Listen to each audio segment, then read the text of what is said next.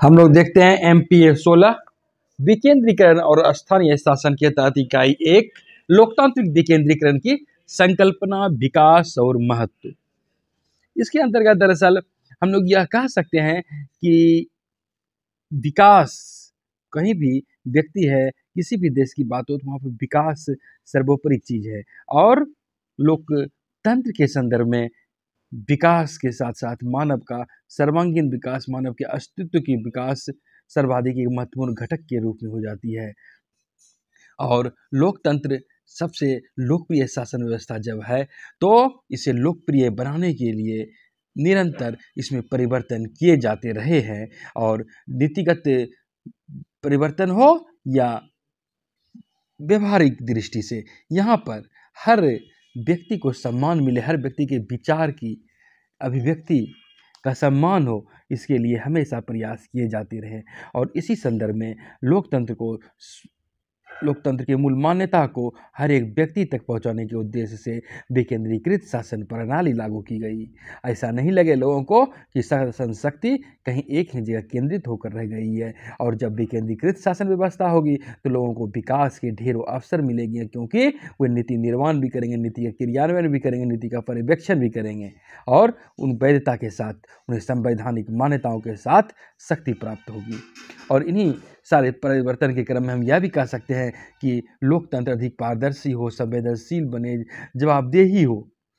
ऐसी भावना एक सर्वोत्कृष्ट शासन को सुनिश्चित करता है, लोकतंत्र की सुशासन की सर्वोपरि मान्यता को प्रतिबिंबित करता है। और इसी विकास के केंद्र में विकेंद्रीकरण आज लोकतंत्र का सर्वाधिक महत्वपूर्ण सिद्धांत बन गया है। अब यह भी देखते हैं कि सामाजिक परिवर्तन निरंतर तेजी से बढ़ रहा है और विकास के गतिविधि के तरह तरह के अभिकरण कार्य कर रहे हैं। वर्तमान संदर्भ में देखें तो भूमंडलीकरण, उदारीकरण, निजीकरण का दौर है और इसी में विकास के घटक देखे जा रहे हैं, विकास के सपने संजोए जा रहे हैं, चाहे वो व्यक्तिगत विकास हो या राष्ट्रीय स्तर तक का विकास हो। और समकालीन प्रवृत्ति में अगर लाल फीताशाही की व्यवस्था आई, अर्थात नौकरशाही, अधिकारी कर्मचारी की मनमानीपन की बात आती है तो लोग इससे मुक्ति भी चाहते हैं कि अनावश्यक हस्तक्षेप नहीं रहे। और इन सब मामलों के मद्देनजर विकेंद्रीकरण एक सर्वाधिक उपयुक्त व्यवस्था मानी गई, जहां कि अनावश्यक हस्तक्षेप नहीं रहेगा, स्थानीय स्तर पर शक्तियों का विकेंद्रीकरण तो होगा ही, वे स्वयं के निर्णय ले सकेंगे, वे दबाव रहित माहौल में काम कर सकेंगे। इन्हीं सब परिवेश के मद्देनजर ग्रामीण और सामाजिक क्षेत्रों में शासन के साथ संस्थागत तंत्र प्रणाली में लोकतांत्रिक विकेंद्रीकरण के संकल्पना के साथ क्या क्या परिवर्तन आए हैं, किन किन बातों के मद्देनजर आगे हम लोग इसको देखते हैं। हम लोग देखते हैं लोकतांत्रिक विकेंद्रीकरण की संकल्पना। दरअसल लोकतंत्र दुनिया में वर्तमान में सबसे सर्वाधिक अधिक लोकप्रिय शासन व्यवस्था है।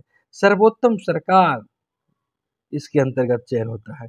लोग इसे लोकप्रिय शासन व्यवस्था इसलिए भी मानते हैं क्योंकि लोकतंत्र में वैचारिक अभिव्यक्ति की स्वतंत्रता होती है, विचारों को प्रकट करने की स्वतंत्रता होती है, अपना विश्वास, अपना मत, अपना उपासना, हर तरह की स्वतंत्रता होती है। इनके साथ साथ कहते हैं स्वतंत्रता, समानता, बंधुत्व के जिन आदर्शों पर लोकतंत्र टिका हुआ है, उन तमाम तत्वों का परिवेश इस लोकतंत्र में क्रियान्वित होता है। जनता की सहभागिता होती है, जनता को निर्णय निर्माण में भागीदारी का अवसर मिलता है, इसलिए इसे अपनापन लोगों को अनुभव होता है और लोग इसे बेहतर शासन व्यवस्था की संज्ञा देती है। लोग देश की शासन प्रणाली में भागीदारी का अनुभव करते हैं और उन्हें लगता है कि कहीं न कहीं नियंत्रण आम पब्लिक के पास है। और यह भी देखते हैं कि लोकतांत्रिक भागीदारी तभी संभव होता है जब राज्य के अधिकार जिला, खंड और ग्राम स्तर तक विकेंद्रित हो जाए, शक्ति एक जगह केंद्रित नहीं रहे। जब सभी वर्गों के लोग जहां एकत्रित हों, अपनी समस्याओं को वे वहां पर रखें, अपना विचार प्रकट करें, चर्चा करें और संभावित समाधान की योजना बनावें, कार्यक्रम बनावें और जो कुछ कानूनी गतिविधि क्रियान्वित हो रही है उस पर नज़र रख सकें, तो यह लोकतांत्रिक विकेंद्रीकरण का सर्वाधिक अधिक सर्वोत्तम स्वरूप कहलाएगा। लोकतांत्रिक विकेंद्रीकरण को समझने के लिए हम यहाँ पर दो बातें पर ध्यान देते हैं, जैसे कि है लोकतांत्रिक है और इसमें विकेंद्रीकरण है। लोकतांत्रिक अर्थात डेमोक्रेटिक और विकेंद्रीकरण अर्थात डिसेंट्रलाइजेशन। यहाँ पर लोकतांत्रिक शब्दों का आशय होता है कि एक संस्थात्मक एक संरचना जिसमें कि सबों की सहभागिता होती है, और वहीं विकेंद्रीकरण का उद्देश्य होता है कि यह लोकतंत्र में ही हालांकि यह समाहित करते हुए दिखती है। विकेंद्रीकरण अर्थात जो लोकतंत्र में जो सहभागिता होती है, जो उत्तरदायित्व की भावना होती है, उसे दूर दूर तक ले जाना, वो एक जगह ही समाहित करके नहीं रखना। अर्थात विकेंद्रीकरण को इस रूप में समझ सकते हैं, कोई संगठन के अंतर्गत एक ऐसा प्रक्रिया है जिसमें कि कोई भी बात हो, चाहे नीति निर्माण की बात हो, पॉलिसी मेकिंग जहां नियम बनता है, या निर्णय लेने की बात हो, डिसीजन मेकिंग की बात हो, या प्रशासनिक व्यवस्था की बात हो, तो हर गतिविधि एक ही जगह केंद्रित नहीं रखा जाए, बल्कि उसे भिन्न भिन्न इकाइयों में वितरित कर दिया जाए, बांट दिया जाए। ऐसा इसलिए ताकि सभी संगठनों की कार्यकुशलता में वृद्धि हो और उसके जितने भी अंग हैं समूह में उत्तरदायित्व की भावना का भी संचार हो। यहाँ पर यह भी हम समझ सकते हैं कि शासन प्रणाली के संदर्भ में जब हम विकेंद्रीकरण की बात करते हैं तो यह संघीय व्यवस्था का सर्वोत्तम रूप है, संघीय व्यवस्था का सर्वोत्कृष्ट स्वरूप है विकेंद्रीकरण, जहां सत्ता का बंटवारा होता है, शक्ति का बंटवारा होता है, सारी शक्ति एक जगह केंद्रित नहीं होती है। आप देखते हैं कि भारत के संदर्भ में भारत एक संघात्मक देश है और यहाँ राज्य देश के पास, केंद्र के पास अलग शक्ति, उसके बाद राज्य के पास अलग शक्ति, शक्ति का बंटवारा कर दिया गया है। वहीं पंचायती राज को भी कुछ शक्तियां सौंपी गई है विधि निर्माण करके। तो इस तरह हम यह कह सकते हैं कि योजना बनाने की बात हो या निर्णय लेने की बात हो, तो उसको हर जगह उसको अधिकार वितरित कर देना, छोटे छोटे प्रशासनिक इकाइयों को अधिकार केंद्र द्वारा सौंप देना। दरअसल लोकतंत्रीकरण का अर्थ क्या हुआ? तो लोकतंत्रीकरण का अर्थ हुआ कि वहां गैर लोकतंत्रीय भावना का कोई जगह नहीं होगा। गैर लोकतंत्र जैसी कोई बात है, कोई व्यवस्था है, तो उसको हटाकर लोकतंत्र की संस्था को वहां पर विकसित कर देना, और जहां की जनता का शासन होगा, लोकतंत्र होगा, और वहां जो सत्ता होगी वहां स्वतंत्र प्रतियोगिता के माध्यम से शासक का चयन होगा, राजनीतिक दलों को भाग लेने का अवसर मिलेगा, और कोई भी राजनीतिक दल हो चुनाव में भाग ले सकता है, और यदि पब्लिक चाहे तो उसे वोट देकर के पुनः सत्ता में ला सकती है। और वहीं लोकतंत्रीकरण में यह भी होता है कि जो सार्वजनिक नीति बनती है, पब्लिक के लिए जो पॉलिसी बनाई जाती है, वह जनता के मत के अनुरूप ढालने का प्रयास किया जाता है। कोई मनमानीपन नहीं होता है, कोई थोपने वाली बात नहीं होती है, बल्कि जनता की इच्छा के अनुरूप उसमें ढालने का प्रयत्न होता है। वहीं यहाँ पर हम एक चीज और देख सकते हैं कि जहाँ लोकतंत्र की भावना, लोगों की इच्छा के अनुरूप चलने का प्रयास किया जाता है, वहीं एक शब्द आता है प्रत्यायोजन, डेलीगेशन, अर्थात अपना अधिकार दूसरे को दे देना। एक ऐसी प्रक्रिया जिसके अंतर्गत शासन करने के लिए कार्यकारी शाखा को मुख्य कानून को व्यवहारिक रूप में लागू करने के लिए विस्तृत नियम और विनियम बनाती है। ये सब कानून की तरह मान्य होते हैं। जैसे कि एक उदाहरण आप समझ सकते हैं कि कानून बना, यहाँ तीन बातें होती है, व्यवस्थापिका, कार्यपालिका, न्यायपालिका की बात है।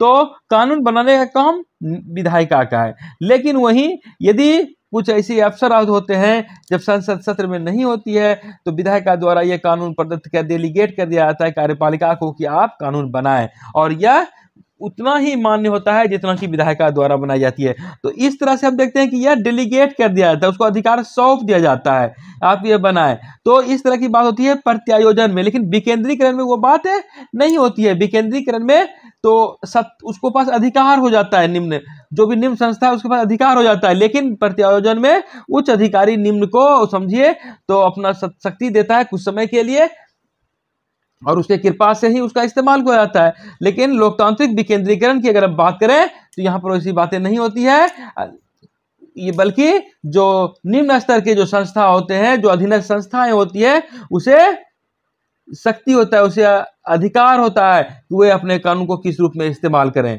यहाँ पर हम यह कह सकते हैं कि न्यूनतम हस्तक्षेप और नियंत्रण होती है उच्चस्थ का अधीनस्थ के प्रति, और राजनीतिक निर्णय निर्माण, वित्तीय नियंत्रण और प्रशासन प्रबंधन के सभी तीनों आयामों में लोगों के प्रतिनिधि संगठनों को उच्च स्तर से निम्न स्तर पर अधिकारों के वितरण का हस्तांतरण के माध्यम से लोगों की भागीदारी, अधिकार और स्वायत्तता के क्षेत्र को व्यापक बनाना होता है लोकतांत्रिक विकेंद्रीकरण के माध्यम से। इसके आगे हम लोग दो बातें देखते हैं, लोकतांत्रिक विकेंद्रीकरण और प्रशासनिक विकेंद्रीकरण क्या होता है। तो लोकतांत्रिक विकेंद्रीकरण का दायरा काफी व्यापक है, प्रशासनिक विकेंद्रीकरण का दायरा शॉर्ट है, कम है। लोकतांत्रिक विकेंद्रीकरण जहां होता है उसका उद्देश्य होता है कि सरकार के साथ साथ हर स्तर पर, चाहे वह राष्ट्रीय हो, क्षेत्रीय हो या स्थानीय स्तर पर हो, हर स्तर पर लोगों को जागरूक बनाना, लोगों को उससे जोड़ कर रखना, लोगों की सहभागिता निर्धारित करना, यह लोकतांत्रिक विकेंद्रीकरण में होता है। लोकतांत्रिक विकेंद्रीकरण में स्थानीय कल्याण के लिए लोगों को अपने अनुसार, अपनी आवश्यकता अनुसार नीति निर्माण योजना बनाना और उसे अपने अनुसार संचालित करना का यह अधिकार देता है। वह सुविधा अनुसार, अपनी आवश्यकता अनुसार, स्थानीयता की आवश्यकता अनुसार अपना कानून निर्माण करे और क्रियान्वयन करे। इसी क्रम में स्थानीय स्वशासन को आप देखते हैं, पंचायती राज को भी ढेर सारे अधिकार इस संदर्भ में दिए गए हैं, स्वायत्तता उसे प्रदान की गई है। वहीं अगर प्रशासनिक विकेंद्रीकरण का आशय देखें तो यह लोकतांत्रिक विकेंद्रीकरण नहीं हुआ, प्रशासनिक विकेंद्रीकरण यह एक अलग चीज है। प्रशासनिक विकेंद्रीकरण में प्रशासनिक कर्मचारियों से जुड़ी हुई बातें होती है, जहां निम्न स्तर पर प्रशासनिक कर्मचारियों की पहल, कार्य निष्पादन और गति के संदर्भों में दक्षता की आवश्यकता के कारण होती है। प्रशासनिक विकेंद्रीकरण का अर्थ है परियोजना लागू करने के अधिकारों की स्वतंत्रता। इसमें कोई जो से जुड़ी योजना होती है उसे बनाने के लिए प्रशासनिक कर्मचारियों का जो अधिकार है वह शामिल होता है। यहाँ पर हम लोकतांत्रिक विकेंद्रीकरण को लोकतांत्रिक केंद्रवाद से अलग समझते हैं। यहाँ पर लोकतांत्रिक केंद्रवाद की बात करते हैं, लोकतांत्रिक केंद्रीकरण की बात करते हैं। तो लोकतांत्रिक केंद्रीकरण लोकतंत्र को केंद्रीयवाद के साथ संबंध करता है, वह केंद्र की ओर ले चलने की बात करता है और प्रमुख स्तर जो है ये सबों के अधिकारों का हस्तांतरण केंद्र की ओर, यह पिरामिडीय आकार, एक तरह से आप समझ सकते हैं त्रिभुज की तरह पिरामिड के आकार संरचना की तरह होता है लोकतंत्र के केंद्रवाद।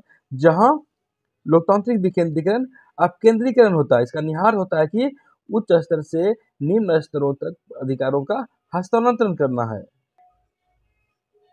लोकतांत्रिक केंद्रवाद का भी अर्थ होता है, मुख्य विचार जो इसका लोकतंत्र के क्षेत्र में विस्तार करना है, जो लोगों की प्रतिनिधि संस्थाओं के निम्नतर स्तरों पर अधिकार और स्वायत्तता प्रदान करने के द्वारा शीर्ष पर विद्यमान हो सकते हैं। एक बात समझने वाली बात है कि लोकतंत्रीय केंद्रवाद की अगर बात करते हैं तो आपने साम्यवादी व्यवस्था का नाम सुना होगा। 1905 में लेनिन ने अपने पार्टी के सिद्धांत, पार्टी ऑर्गेनाइजेशन में तो जो बता रहे थे उसमें उन्होंने लोकतंत्रीय केंद्रवाद की बात की थी और उससे उनका तात्पर्य था कि नेतृत्व, जो ऊपर में नेतृत्व है उसका निर्णय चुनाव के माध्यम से किया जाएगा और यह चुनाव कामगार वर्ग के प्रति उत्तरदायी होगा, हर एक लोग के प्रति वो उत्तरदायी होगा, हर एक लोग मिलकर उसका चुनाव करेंगे और यदि वह उपयुक्त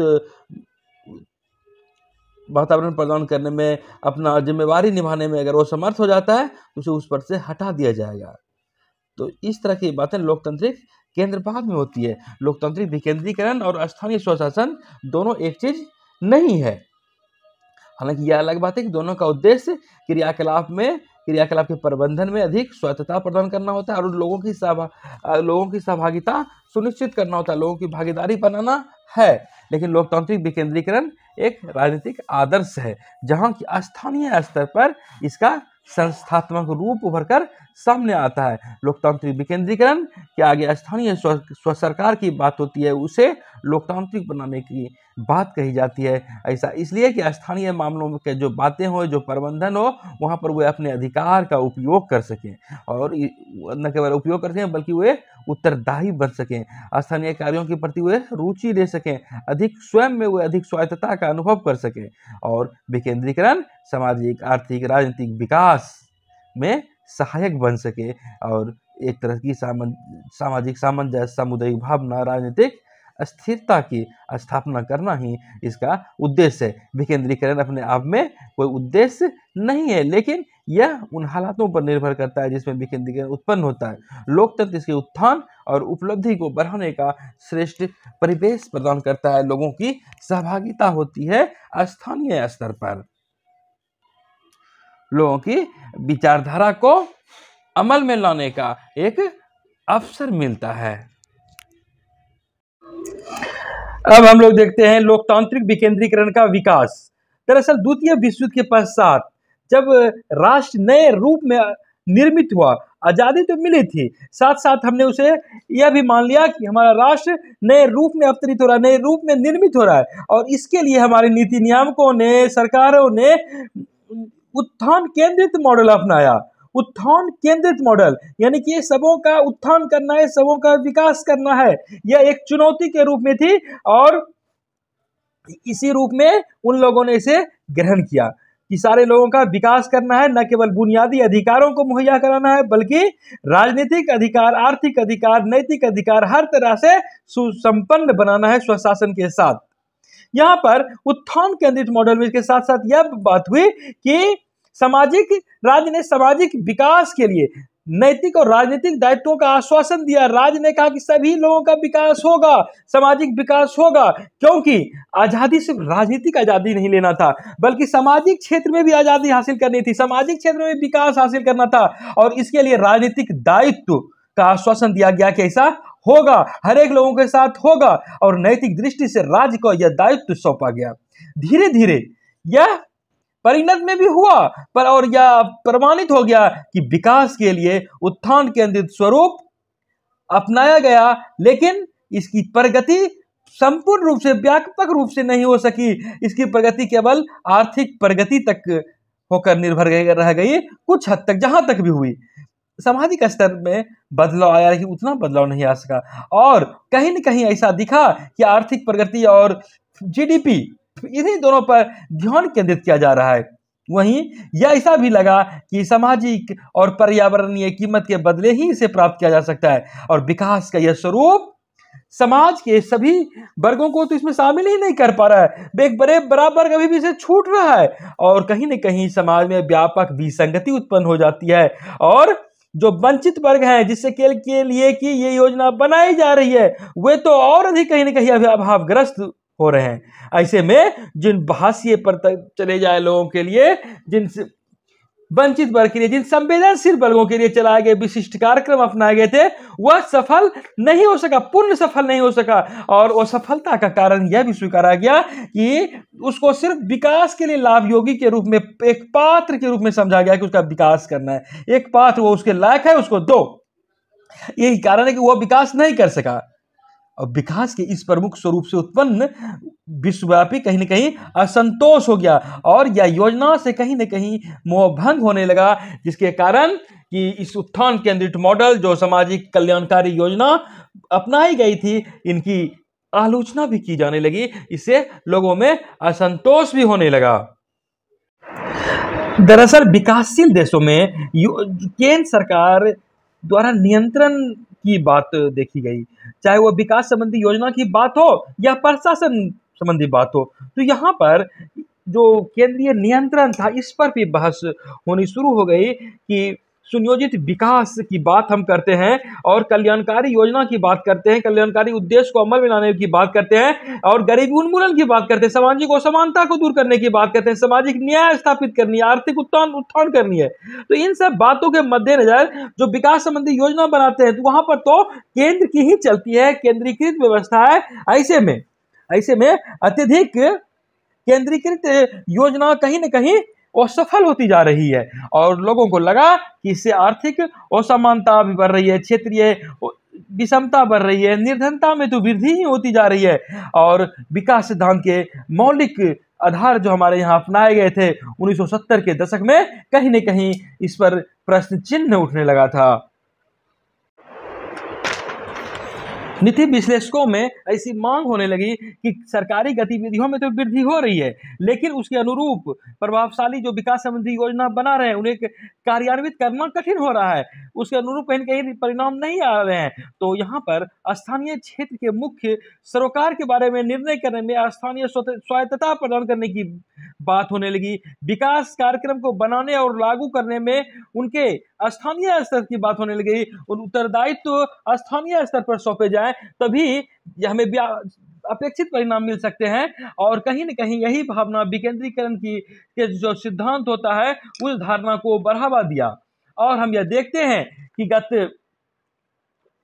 कई दशकों से, जब से पंचायती राज व्यवस्था की स्थापना हुई है, विशेषकर हम इस संदर्भ में हम देख सकते हैं कि विकास के मुख्य स्वरूप के संदर्भ में जब आलोचना होने लगी तो एक स्थानीय भागीदारी का एक विकल्प ढूंढा गया। एक वैकल्पिक उदाहरण के रूप में स्थानीय भागीदारी को यहाँ पर प्रस्तुत किया गया कि विकास तो करना है और इस विकास का भी अर्थ सिर्फ आर्थिक विकास तक ही नहीं सीमित करके देखा जाने लगा, बल्कि विकास वर्तमान स्थिति से ऊपर का विकास, अपेक्षाकृत अधिक उस श्रेष्ठ स्थिति में जाने की एक प्रक्रिया।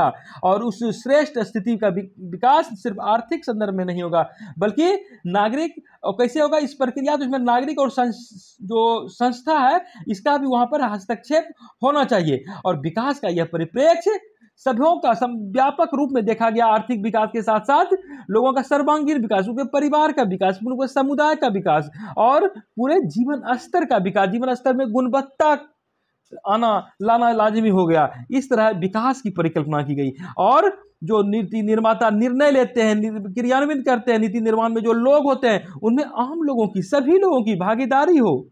उत्पादक रोजगार के अवसरों को उत्पन्न करने और स्वास्थ्य की बात, स्वच्छता, शिक्षा, संचार जैसी बुनियादी सेवा और उपभोक्ता पदार्थों में लोगों की पहुंच स्थापित करने के द्वारा ही संभव बनाया जा सकता है। जब तक लोग उसे जुड़ेंगे नहीं तब तक उसे व्यापक रूप नहीं दिया जा सकता। और समाज की जो वंचित वर्ग है, जो विशेष आवश्यकता वाले वर्ग हैं, उन्हें विकास प्रक्रिया में शामिल किया जाए, व्यवस्थित रूप से शामिल किया जाए, विशेष प्रयास द्वारा उन्हें विकास में शामिल किया जाए और उनके विकास को अस्थायी विकास बनाया जाए।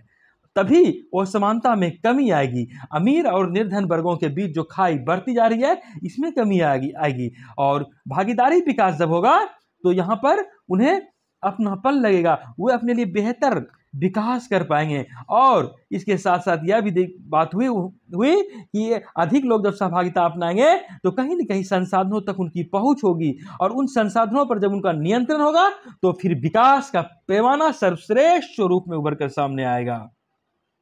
और यह वैकल्पिक भागीदारी विकास का जो स्वरूप होगा, इसके माध्यम से बुनियादी स्तर पर लोगों का दबाव उत्पन्न करने की आवश्यकता बताता है। ऐसा इसलिए कि वे भी किसी भी योजना में सक्रिय रूप से भागीदारी लेंगे, उन्हें उस अनुरूप बनाया जाएगा। कार्यान्वयन, नीति का कार्यान्वयन की बात हो या नीति के पर्यवेक्षण की बात हो और संसाधन की बात हो, तो सबों में वितरण में समानता आएगी, अधिक समान वितरण हो सकेगा। और कुल मिलाकर कहें तो जन केंद्रित विकास होगा। विकास के स्वरूप में, विकास प्रक्रिया में लोग सक्रिय रहेंगे।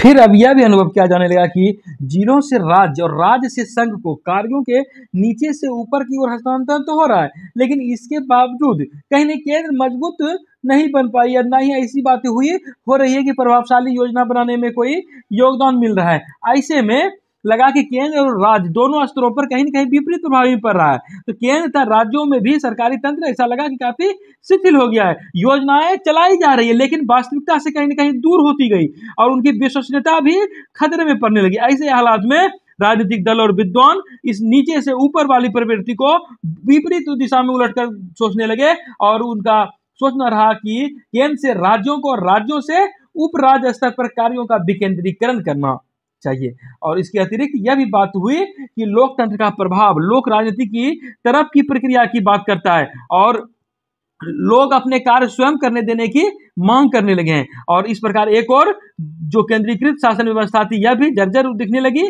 और कहीं न कहीं उसमें आई क्षीणता के कारण राजनीतिक दलों को अपना ध्यान विकेंद्रीकृत शासन की तरफ ध्यान देने के लिए प्रेरित किया। और हम देखते हैं कि विकेंद्रीकृत शासन की मुख्य आवश्यकता है प्रशासन को लोगों के द्वार पर लाना रहा कि प्रशासन जो उससे दूर होती जा रही थी, योजना बनाई जा रही थी लेकिन स्थानीय स्तर पर लोगों तक, आम लोगों तक प्रशासन पहुंच नहीं पा रही थी। इस तरह विकेंद्रीकृत शासन व्यवस्था के माध्यम से प्रशासन को लोगों के द्वार तक लाना रहा और जो सेवाग्राही है, जो प्रशासन के मध्य प्रत्यक्ष संबंध स्थापित करना रहा।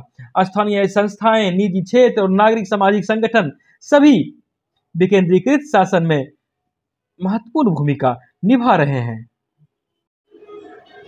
लोकतांत्रिक प्रणाली को अपनाने की बात कहें तो यह आज़ादी के साथ ही भारत ने अपनाया, लेकिन इसके पूर्व भी लोकतांत्रिक माहौल यहाँ पूर्व से बनता रहा। लोकतांत्रिक शासन का प्रादुर्भाव हमें औपनिवेशिक शासन में भी देखने को मिलता है। जब लोकतांत्रिक प्रावधान के तहत ही भारत सरकार अधिनियम 1909 की बात करें, 1919 की बात करें, 1935 की बात करें, तो सबों में कहीं ना कहीं विचार विमर्श करने की बात होती थी। और उसी संविधान सभा में विचार विमर्श के बाद 1950 में जब संविधान लागू किया गया तो वहां पर लोकतंत्र की स्थापना की गई। हम देखते हैं कि वहां भी केंद्रीय विधानसभा की 1919 के अधिनियम में भी देखते हैं पूरे, हालांकि यह अलग बात है कि पूर्ण रूपेण नियंत्रण नहीं था, अंग्रेजों का नियंत्रण था, लेकिन एक विधान परिषद के माध्यम से एक ऐसी व्यवस्था करने की कोशिश की गई थी कि लोकतंत्र का एक आकार, एक बनावट का निर्माण शुरू हो गया था। उसके बाद हालांकि हम यहाँ पर अगर महात्मा गांधी या नेहरू या जयप्रकाश नारायण के संदर्भ में देखते हैं तो ये लोग प्रमुख नेता थे और देश को नई राह दिखा रहे थे, देश को नई दिशा में ले जाने के लिए ये लोग अग्रणी बने हुए थे। तो इन लोगों ने लोकतंत्र का जो वर्णन किया, लोकतंत्र के बारे में जो कल्पना की, यह इस लोगों को अधिकार देने की बात हुई, हर एक लोगों को अधिकार देने की बात हुई, हर लोगों के विकास की बात हुई। गांधी जी ने भी कहा था कि वास्तविक लोकतंत्र शीर्ष पर बैठे हुए लोगों के द्वारा नहीं बनाया जा सकता, बल्कि यह प्रत्येक गांव के नीचे के लोगों द्वारा बनाया जाता है। आप देखते हैं कि गांधी जी ने स्थानीय स्वशासन की बात कही, पंचायती राज की बात कही और राज्य की बात नहीं कही है। लोकतंत्र ऊपर के, उन्होंने कहा भी था, लोकतंत्र ऊपर के स्तर पर तब तक सफल नहीं हो सकता जब तक इसे निचले स्तर से नहीं बनाया जाए। और हम देखते हैं कि भारत में पंचायती राज संस्थाएं लोकतांत्रिक विकेंद्रीकरण के मामले में संसार के सामने, पूरी दुनिया के सामने एक अतुलनीय उदाहरण प्रस्तुत करता है। विकेंद्रीकरण है और विकेंद्रिक भारत में वर्तमान विकेंद्रीकरण का स्वरूप हम जो देखते हैं यह संघ के स्तर पर, राज्य के स्तर पर और स्थानीय स्वशासन के स्तर पर एक है। तो यहाँ पर जो विकेंद्रीकरण की जो परिपाटी स्टार्ट हुई, विकेंद्रीकरण की जो भावना स्टार्ट हुई, जो यहाँ पर इसका विकास जो हुआ विकेंद्रीकरण का, यहाँ पर कुछ रिपोर्ट हम देख सकते हैं। बलवंत राय मेहता समिति की रिपोर्ट, यहाँ पर उन्होंने इसका समर्थन किया 1957 में ही इसकी रिपोर्ट बनाई गई थी। और योजना के क्रियान्वयन पर उसके बाद देखते हैं कि आर्थिक सलाहकार परिषद 1984 सुखमय चक्रवर्ती की रिपोर्ट भी प्रस्तुत की गई और वहां पर जिले को एक महत्वपूर्ण इकाई के रूप में समझा गया। और पंचायती राज संस्था पर अशोक मेहता समिति रिपोर्ट 1978 में आई और वहां भी जिले का समर्थन किया गया कि छोटे स्तर पर, जिला स्तर पर भी योजना बनाई जाए। ऐसा इसलिए क्योंकि स्थानीय प्रशासन के संदर्भ में एक इकाई के रूप में जिला वर्षों से वो अधूरी रहा है, वो केंद्र रहा है विकास के लिए। और इस तरह हम देखते हैं योजना और संबंधित कार्य के लिए आवश्यक विशेषज्ञता ऐसा महसूस किया गया कि वहां पर जुटाया जा सकता है, जो कि इससे निचले स्तर पर संभव नहीं है। और वहीं दंतवाला रिपोर्ट भी इस संदर्भ में आई विकेंद्रीकरण के संदर्भ में 1978 में ही उन्होंने खंड स्तरीय योजना पर बात कही। वहीं हनुमंत राव रिपोर्ट 1984 में होती है, वहां पर उन्होंने जिला योजना की विचारधारा का समर्थन किया है। और राजनीतिक दलों में भी क्रमशः यह धारणा बनी कि राज्य स्तर से प्रथम अवस्था के विकेंद्रीकरण के लिए जिला स्तर सर्वाधिक उपयुक्त है। विकास की कल्पना को वहां से भी साकार किया जा सकता है, वहां से उसकी लकीर खींची जा सकती है। यहाँ पर हम यह देखते हैं कि बलवंत राय मेहता समिति ने लोकतांत्रिक संस्थाओं के विकेंद्रीकरण की बात का समर्थन किया और निर्णय उनका जो बात रहा कि वो चाहते थे कि केंद्र को लोगों को निकट ले जाने का यह एक तरह से हम कह सकते हैं प्रयास था कि स्थानीय लोकप्रिय नियंत्रण के अंतर्गत हर लोग की भागीदारी निरंतर इसमें बना रहे, उसमें वो सक्षम हो। वहीं हम यह भी देखते हैं कि अशोक मेहता समिति की भी रिपोर्ट आई और उन्होंने भी प्रशासन को विकेंद्रीकृत करने की बात कही। इसके माध्यम से लोगों को स्थानीय शासन में सहभागिता लाने की बात कही। क्रियात्मक एक तरह से कहें तो वह आवश्यकता महसूस की गई थी। और दोनों रिपोर्ट लोकतांत्रिक विकेंद्रीकरण के इतिहास में एक ऐतिहासिक घटना के रूप में बलवंत राय समिति रिपोर्ट और अशोक मेहता समिति रिपोर्ट को जाना जाता है। उसके बाद हम यह देखते हैं कि 73वें तथा 74वें संविधान संशोधन अधिनियम के साथ विकेंद्रीकरण को लोकतांत्रिक बना दिया गया संवैधानिक माध्यम से। और आधारभूत स्तर पर इसमें यह हुआ कि इतना अधिक व्यापक रूप में सहभागिता की बात हुई कि जो महिलाएं के लिए सीट आरक्षित कर दिया गया, आधारभूत महिलाओं को उसमें जोड़ा गया। और अन्य पिछड़े वर्गों की बात करें या दलित की बात करें, जो विपन्न माने जाते थे, जो पिछड़े तबकों की श्रेणी में समाज का जो वर्ग शामिल किया जाता था, उससे उस तक लोकतंत्र पहुंचाया गया। लोकतंत्र के दायरे को विस्तार वहां तक किया गया ताकि एक भी व्यक्ति नहीं छूटे, किसी को यह नहीं लगे कि यह शासन व्यवस्था हमारी नहीं है। क्योंकि ऐसा इसलिए किया गया कि उसके पूर्व की स्थिति में यह थी स्थानीय शासन की संस्थाओं पर समाज के सिर्फ जो प्रभावशाली लोग थे उन्हीं का आधिपत्य था, उन्हीं का वर्चस्व था, एक प्रकार से सामंतकालीन सामंतवादी व्यवस्था थी। लेकिन उस पंचायती राज के माध्यम से, शासन के विकेंद्रीकरण के माध्यम से यहाँ पर लोकतंत्र को सफल बनाने के उद्देश्य से महिलाओं, पिछड़े वर्ग, दलित को इस मुख्य धारा में लाने की हर संभव संवैधानिक कोशिश की गई और इसका व्यवहारिक परिणाम भी निकला, सकारात्मक परिणाम दिख रहा है। लोकतंत्र अगर ऐसा नहीं होता है तो हमारा लोकतंत्र का मुख्य उद्देश्य समाप्त हो जाता है, क्योंकि लोकतंत्र को समाज की वास्तविकता को समाहित करना होता है। लोकतंत्र की इस विचारधारा को अस्थायी लोकतंत्र के रूप में ही परिभाषित हम कर सकते हैं और हम देखते हैं कि भारत में इस अस्थायी लोकतंत्र ने लोकतांत्रिक व्यवस्था में महत्वपूर्ण स्थान प्राप्त किया है, जो लोकतांत्रिक विकास, जिसे स्थानीय लोकतांत्रिक विकेंद्रीकरण का जो विकास जिस लोकतांत्रिक पैमाने के अंतर्गत रखकर देखा गया, यह निरंतर मूर्त रूप लेता जा रहा है, निरंतर विकास के प्रतिमान करते जा रहा है और हर एक लोगों की सहभागिता भी निरंतर बढ़ती जा रही है। अब हम लोग देखते हैं लोकतांत्रिक विकेंद्रीकरण का महत्व। दरअसल लोकतांत्रिक विकेंद्रीकरण की बात करते हैं तो यह सिर्फ किसी एक देश की बात नहीं है, बल्कि पूरे मानव समुदाय की बात हो जाती है। विश्व भर के क्षेत्रों में लोकतांत्रिक विकेंद्रीकरण जैसी बात होती है। विकेंद्रीकरण को विकास के लिए आज एक अनिवार्य घटक के रूप में देखा जा रहा है, क्योंकि इसका मूलभूत उद्देश्य ही होता है कि जो अभावग्रस्त जीवन जी रहे हैं, जो निर्धन ही हैं, रह गए हैं, वे कैसे सशक्त बने। उनकी मुख्य धारा में भागीदारी अभी भी नहीं हो पा रही है। उनके उत्थान करने के उद्देश्य से ही विकेंद्रीकरण की भावना अमल में आती है और अनेक प्रकार की संस्थाओं के निर्माण की आवश्यकता होती है, जिसे अमल में लाया जाता है। हम देखते हैं कि निम्न स्तर पर ऐसी संस्थाएं, ऐसी प्रशासनिक संस्था बनाने के लिए कार्य करने की आशा की जाती है और इसलिए कि निर्धन वर्ग जो है उसकी मूलभूत बुनियादी आवश्यकता पूरा की जा सके और विकेंद्रीकरण इस तरह एक शासन तंत्र की एक प्रमुख प्रणाली के रूप में प्रक्रिया बनती है। इसके माध्यम से लोकतंत्र वास्तविक अर्थों में प्रतिनिधियात्मक बनती है और कहें तो इससे अधिक लोकतंत्र संवेदनशील बनता है, क्योंकि आम जनता, समस्त जनता की बुनियादी आवश्यकताओं को ध्यान में रखा जाता है, उनकी सहभागिता को ध्यान में रखा जाता है। और वस्तुतः लोकतांत्रिक विकेंद्रीकरण का बहुत अधिक महत्व है। इसी संदर्भ में एक विद्वान हुए जी शब्बीर चीमा और डेनिस ए रोंडियली, उन्होंने उनकी एक पुस्तक है दी सेंट्रलाइजेशन एंड डेवलपमेंट, उसमें उन्होंने विकेंद्रीकरण के कई एक लाभों का जिक्र किया है। वे कहते हैं कि इस विकेंद्रीकरण के माध्यम से विभिन्न क्षेत्रों में विभिन्न समूहों की आवश्यकता पूर्ति होती है और आवश्यकता इस संदर्भ में कि वे अपनी अनुकूल योजना का निर्माण कर पाते हैं और नौकरशाही में जो लाल फीताशाही चलती है यह कम हो जाती है, इस पर निर्भर नहीं रहते हैं। स्थानीय अधिकारी और स्थानीय जनता के बीच निकट का संबंध बढ़ता है। इसके अभाव में अधिकारी के साथ स्थानीय लोगों का संपर्क नहीं हो पाता है और विकेंद्रीकरण के माध्यम से ऐसा भी होता है कि तमाम विकास राष्ट्रीय राजधानी में ही नहीं सिमट करा जाते हैं। कोई अच्छी राष्ट्रीय नीतियां बनाने की बात होती है तो वह राष्ट्रीय राजधानी क्षेत्र तक में ही सीमित होकर के नहीं रह जाती है, बल्कि अच्छे अच्छे निर्णय स्थानीय स्तर पर भी लिए जाते हैं, सुदूरवर्ती क्षेत्र में भी लिए जाते हैं और इसका विकास करके पब्लिक को लाभ पहुंचाया जाता है। विकास संबंधी निर्णय निर्माण में कई तरह की बातें होती है। राजनीतिक, धार्मिक, मानवतावादी, जनजातीय समूह का सबों कहने का मतलब कि सबों का प्रतिनिधित्व सुनिश्चित होता है और इसके माध्यम से जो संसाधन होते हैं उसका भी एक समान आवंटन होता है। स्थानीय संस्थाओं की क्षमता और उनकी प्रबंधन, उनकी दक्षता का विकास स्थानीय विकेंद्रीकरण के माध्यम से होगा।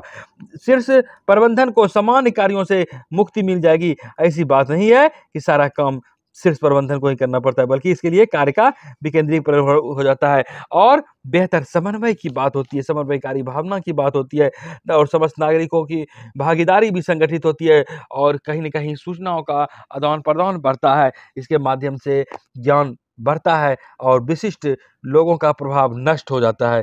नहीं, इसके अभाव में कुछ समाज के जो विशिष्ट प्रभुत्वशाली लोग होते हैं उनका प्रभाव अधिक रहता है, लेकिन विकेंद्रीकरण के बाद वो विशिष्ट सामंती लोग प्रभावित नहीं कर पाते हैं, क्योंकि अब हर लोग को चुनाव में न केवल वोट देने का अधिकार होता है, बल्कि भाग लेने का अधिकार, उम्मीदवार बनने का अधिकार, उसके लिए स्थान आरक्षित कर दिया जाता है और कहीं न कहीं स्थानीय विकेंद्रीकरण के माध्यम से अधिक लचीला प्रशासन उत्पन्न होता है, नवाचार होता है, रचनात्मकता में वृद्धि होती है और स्थानीय लोग केंद्रीय अभिकरणों की तुलना में अपने स्तर से जब अपने अच्छे अनुकूल योजना का कार्यान्वयन करते हैं, न केवल निर्णय निर्माण करते हैं बल्कि कार्यान्वयन करते हैं और पर्यवेक्षण भी करते हैं, इसके साथ साथ वे विश्लेषण भी कर सकते हैं। और वही हम जहाँ से साथ ही साथ यह भी देखते हैं कि निर्णय निर्माण में स्थानीय लोगों की बढ़ती भागीदारी होती है, इससे राजनीतिक स्थिरता सुनिश्चित होने की संभावना अधिक होती है। और सबसे बड़ी बात कि कम लागत में सार्वजनिक चल संपत्तियों की संख्या में भी वृद्धि होने की संभावना होती है। समाज के विकेंद्रीकृत शासन व्यवस्था का फ्रेमवर्क देखें तो हम यहाँ पर कह सकते हैं कि इस विकेंद्रीकरण के फ्रेमवर्क में जो ढांचा होता है उसमें लोगों को अपने विचार को स्पष्ट रूप से समझाने की आज़ादी होती है, उसे एक स्टेज मिलता है, मंच मिलता है और सेवा प्रदान करने वाले जो संस्था अब तक रहे हैं जिससे जो उनके दूर थे वे अब उनके निकट तक पहुँचते हैं और स्वशासन संस्थाएं जो अनिवार्य रूप से कहीं न कहीं स्थानीय संस्थाओं को जो शक्तिशाली बनाने की कल्पना की गई थी वह होता है। हम यह भी देखते हैं कि विकेंद्रीकरण अधिकारों के विभाजन की बात हो जाती है, क्योंकि सभी अधिकार केंद्र में रहते हैं, लेकिन वहीं अब वहाँ पर विकेंद्रीकरण में होता है कि अधिकार का विभाजन हो जाता है, अधिकार का हस्तांतरण होता है और इस अधिकार के हस्तांतरण केंद्र के माध्यम से जो अधिकार राज्य को था वह स्थानीय स्वशासन को चला गया, मान लीजिए जो केंद्र का था वह राज्य को दे दिया। तो एक तरह से कहें तो अधिकार का विभाजन होता है, वह हस्तांतरण हो जाता है किसको? तो स्थानीय लोगों को, यहाँ पर पंचायती राज के माध्यम से, और यह स्थानीय लोग इसके माध्यम से शक्तिशाली बन जाते हैं। विकेंद्रीकृत शासन आत्म सहायता समूह जैसे हो जाते हैं यहाँ पर, उसमें स्थानीय स्तर पर जो सुविधा चाहिए जो उसके वो उस संदर्भ में ज़्यादा जानते हैं, ज़्यादा प्रयास करते हैं उसको दूर करने के लिए, साथ साथ अपनी परंपराओं को संरक्षित करने में कामयाब होते हैं। केंद्रीकृत शासन के माध्यम से प्रतिनिधि लोकतंत्र तथा भागीदारी लोकतंत्र दोनों ही संभव हो जाते हैं। वहीं विकेंद्रीकृत शासन की एक महत्वपूर्ण विशेषता हम यह भी देखते हैं कि जो भी नीति का निर्माण करता है वह विकेंद्रीकृत नीति निर्माण की ओर ले जाती है। मूल कारण यही है वह अपनी स्थानीयता के वरीयता अनुसार काम करते हैं। वहीं एक बात और देखने वाली बात होती है कि विकेंद्रीकृत शासन की एक महत्वपूर्ण विशेषता पारस्परिक नीति निर्माण है, जो विकेंद्रित नीति निर्माण की ओर ली जाती है। पारस्परिक नीति निर्माण क्या होता है? पारस्परिक नीति वैसी प्रक्रिया होती है जिसमें सिर्फ सरकारी ही बात नहीं रह जाती है, बल्कि सरकारी के साथ साथ गैर सरकारी क्षेत्र, जैसे निजी क्षेत्र, गैर सरकारी संगठन, कोई समुदाय, कोई आधारभूत संगठन, दबाव समूह, तो हर कोई को निर्णय निर्माण में भागीदारी होने का अवसर मिलता है। और ऐसा होता है तो हर कोई किसी न किसी मुद्दे पर अपना प्रभाव स्थापित करता है और जो बेहतर विकल्प होना चाहिए उसके विकल्प का सुझाव प्रदान करता है।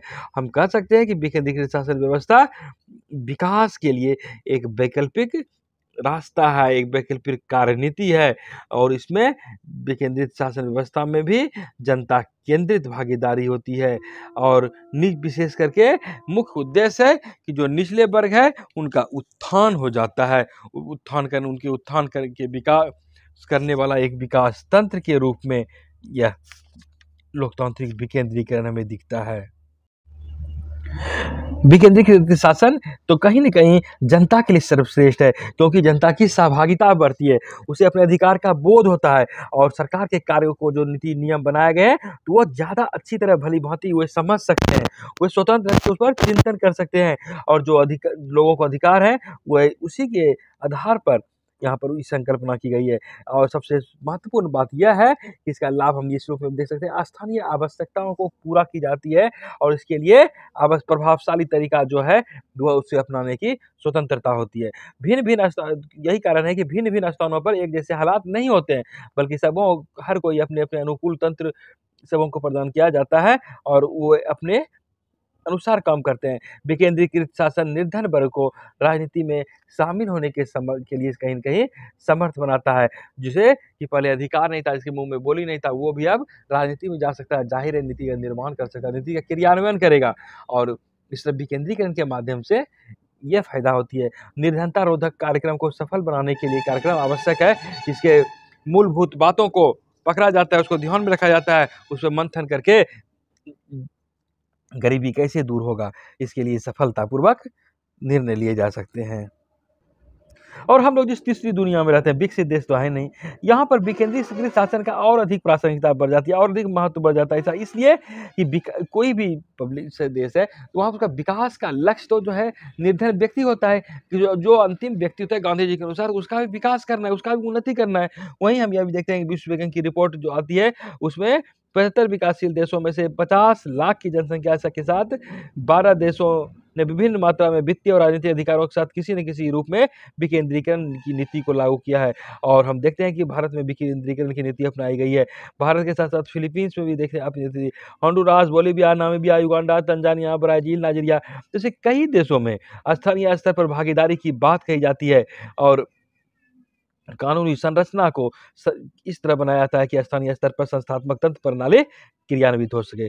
और हम देखते हैं कि भारत में तो विकेंद्रीकरण प्रक्रिया को इतना अधिक मजबूत बनाया गया कि देश में संविधान संशोधन करके आप देखते हैं कि 73वां और 74वां संशोधन किए गए और 73वां संशोधन के माध्यम से पंचायत को और 74वां संशोधन के माध्यम से स्थानीय शहरी संस्थाओं को एक तरह से संवैधानिक स्वीकृति प्रदान की गई।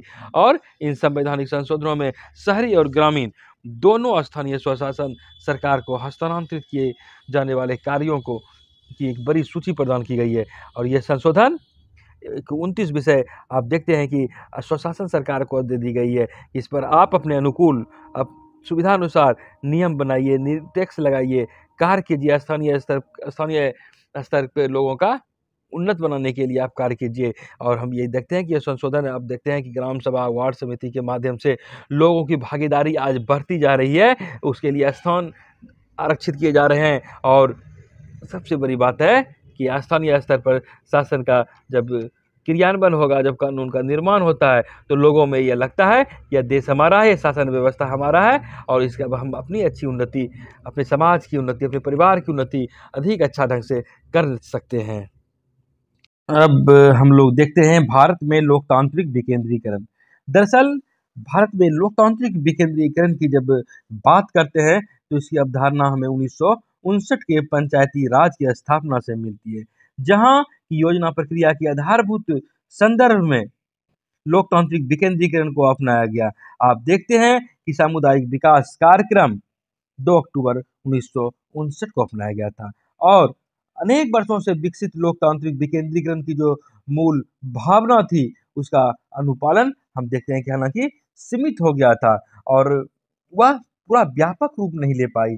और यह देखा गया कि भारत में विकास के प्रयास के संदर्भ में समानता की बात करें या निर्धनता की बात करें तो कहीं न कहीं यह सबों तक नहीं पहुंची है। समानता के मुद्दों और निर्धनों के विकास से कहीं न कहीं वे लोग कुछ अछूते रह गए हैं। और इन्हीं संदर्भ में हम यह देखते हैं कि जो अछूते रह गए हैं, जिस वर्गों से, जिन निर्धन वर्गों से उन्हें भी बुनियादी स्तर मिले, इस संदर्भ में मोड़ने के संदर्भ में विकेंद्रीकरण की पहल की गई। और भारत में आप देखते हैं कि 73वां संविधान संशोधन, 74वां संविधान संशोधन किया गया। इसके माध्यम से विकेंद्रीकरण विकेंद्रीकृत शासन व्यवस्था को मूर्त रूप प्रदान किया गया। 73वां संविधान संशोधन अधिनियम आप देखते हैं ग्रामीण स्थानीय संस्थाओं के सुधार से संबंधित है, वहीं 74वां संविधान संशोधन शहरी स्थानीय संस्थाओं में सुधार से संबंधित है। और ये संविधान संशोधन न सिर्फ सुधार की बात करता है बल्कि ग्रामीण और शहरी स्थानीय संस्थाओं को एक संवैधानिक मान्यता प्रदान करता है, एक शक्ति देती है, उसे वैधता प्रदान करता है, उसे कानून निर्माण की शक्ति होती है, क्रियान्वयन की शक्ति होती है। इन योजनाओं के माध्यम से जो योजना प्रक्रिया बनाई जाती है उसमें लोगों की भी भागीदारी हो, उनकी सीधी भागीदारी हो, यह भी एक प्रमुख उद्देश्य रहा। वहीं साथ ही साथ हम यह भी देखते हैं कि न सिर्फ उन्हें जोड़ना रहा नियम प्रक्रिया के दौरान, बल्कि उन्हें जिम्मेदारी का हस्तांतरण कराना भी था।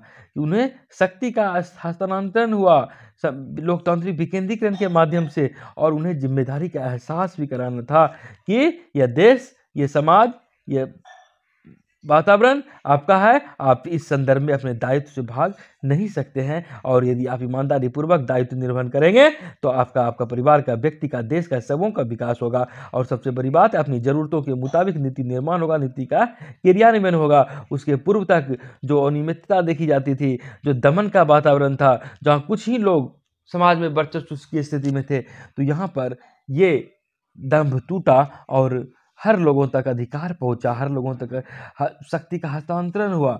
और कहीं न कहीं प्रशासनिक, वित्तीय स्वायत्तता भी उन्हें मिली, क्योंकि इसके पूर्व तक वह इस क्षेत्र में स्थानीय स्वशासन असफल था और उससे बहुत दूर था। लेकिन 74वें संविधान संशोधन के माध्यम से हर लोगों तक शासन पहुंचा। अब हम लोग देखते हैं ग्रामीण क्षेत्रों में लोकतांत्रिक विकेंद्रीकरण। दरअसल स्वतंत्रता के बाद ही ग्रामीण विकास ने भारतीय विकास की कार्यनीति की मूल संरचना को जाहिर किया।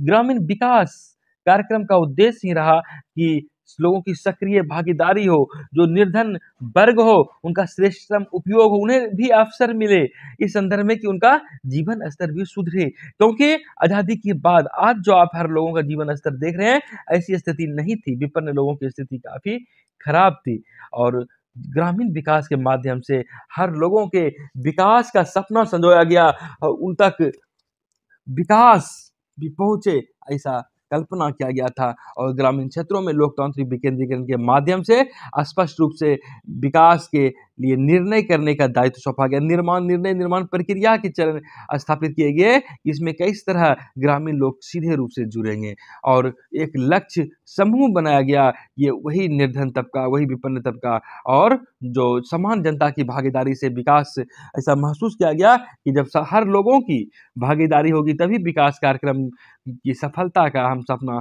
संजो सकते हैं, उसको साकार कर सकते हैं। और इस विकास की प्रक्रिया में ग्रामीण लोगों की भागीदारी बढ़े, निर्णय निर्माण में वो सहभागी हो, इसके लिए विकेंद्रीकृत योजना को लागू करना आवश्यक हो गया था। और इन्हीं संदर्भ में हम देखते हैं कि भारत सरकार ने 1992 में 73वां संविधान संशोधन किया और उसके माध्यम से पंचायती राज संस्थाओं को संवैधानिक मान्यता मिली। और इन 73वें संविधान संशोधन अधिनियम के बाद से स्थिति यह हुई कि संविधान की नज़र में पंचायत भी स्थानीय स्व सरकार की एक संस्था के रूप में देखी गई और इन पंचायत को जो अधिकार हस्तांतरण किए गए संवैधानिक नजरिए से, यह राज्य पर छोड़ दिया गया। राज्य विधानमंडल की इच्छा अनुसार उनको अधिकार का, उनको कार्य का हस्तांतरण किया गया।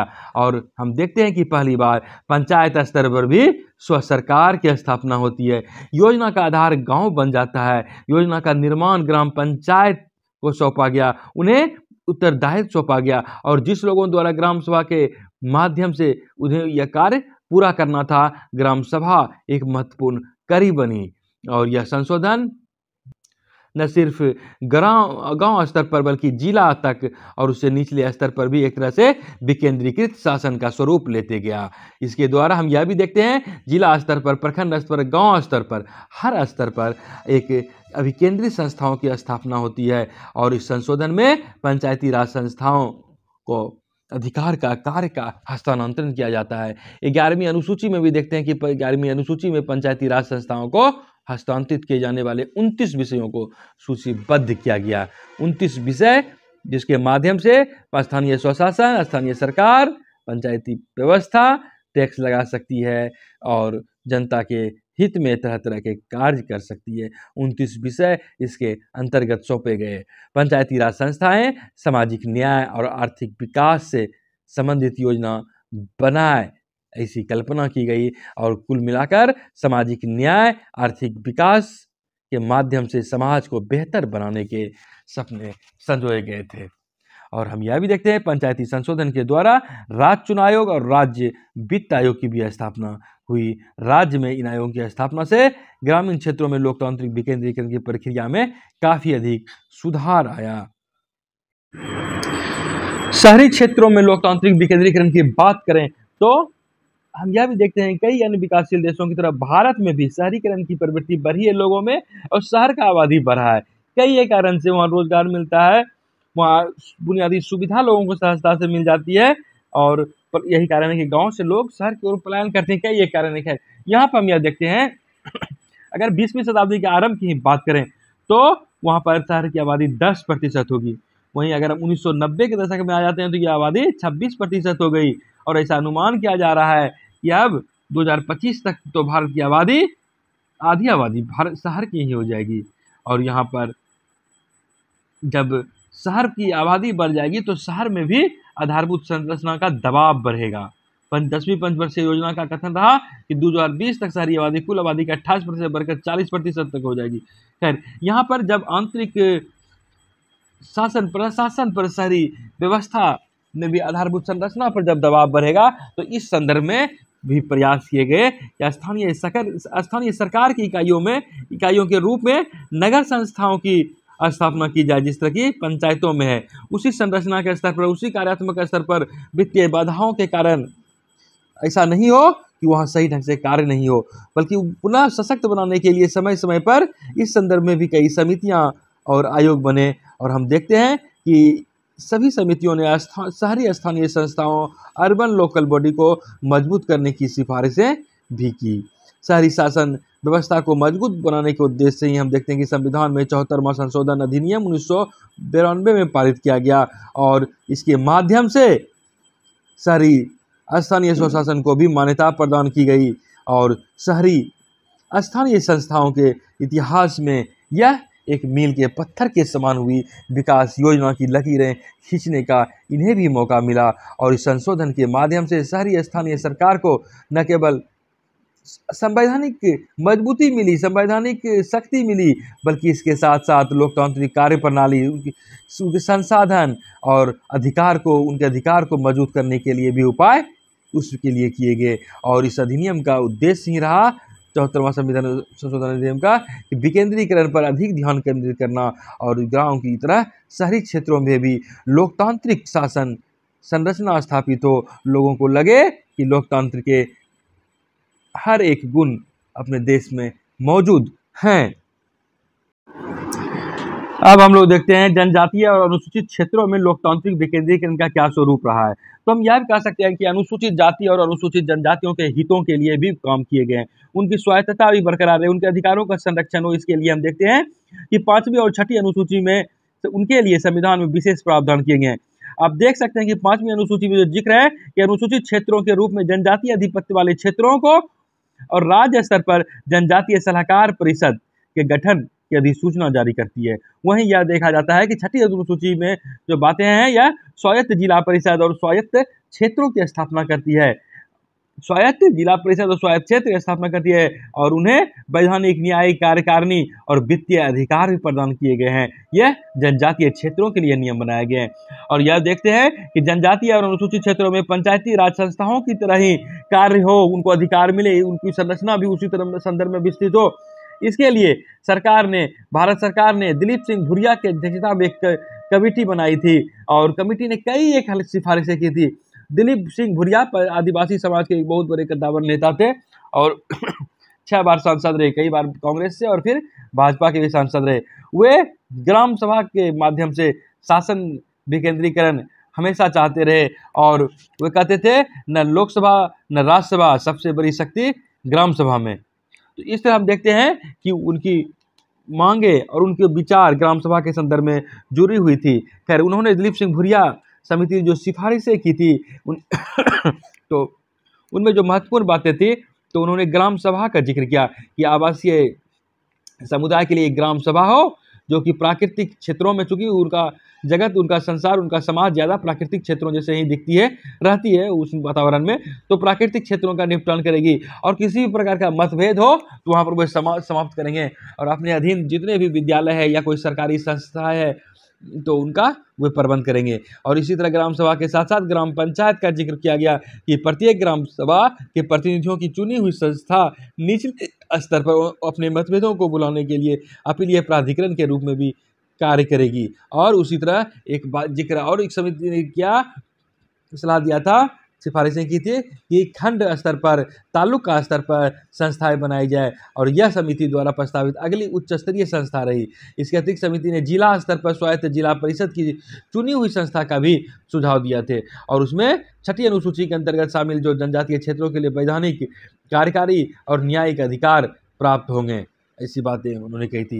हम ये देखते हैं कि भुरिया समिति ने 3 स्तरीय अधिकारों और कार्यों के संदर्भ में सिफारिशें की और समिति ने यह सुझाव दिया कि अनुसूचित क्षेत्र और जनजातीय क्षेत्रों को तो बढ़ती ऋणग्रस्तता, भूमि हस्तांतरण, वन कटाई, पारिस्थितिकी विकार, औद्योगिकीकरण और आधुनिकीकरण के कारण होने वाले जो नीति के कारण जो कठिनाई होती है, जो विस्थापन का वातावरण बनता है, या मद्य, नशीली द्रव्य व्यसन, जल संग्रह, जल संसाधन जैसी जो समस्याएं आती है, इस संदर्भ में निपटने के लिए उन्हें भी कुछ पर्याप्त अधिकार प्रदान किए जाने चाहिए। और यह देखते हैं कि भुरिया समिति की सिफारिशों को 24 दिसंबर 1996 को एक अधिनियम द्वारा पारित किया गया और उसमें कहा गया कि पंचायतों से संबंधित संविधान के भाग 9 में स्थित प्रावधानों को अनुसूचित क्षेत्रों तक बढ़ाया गया।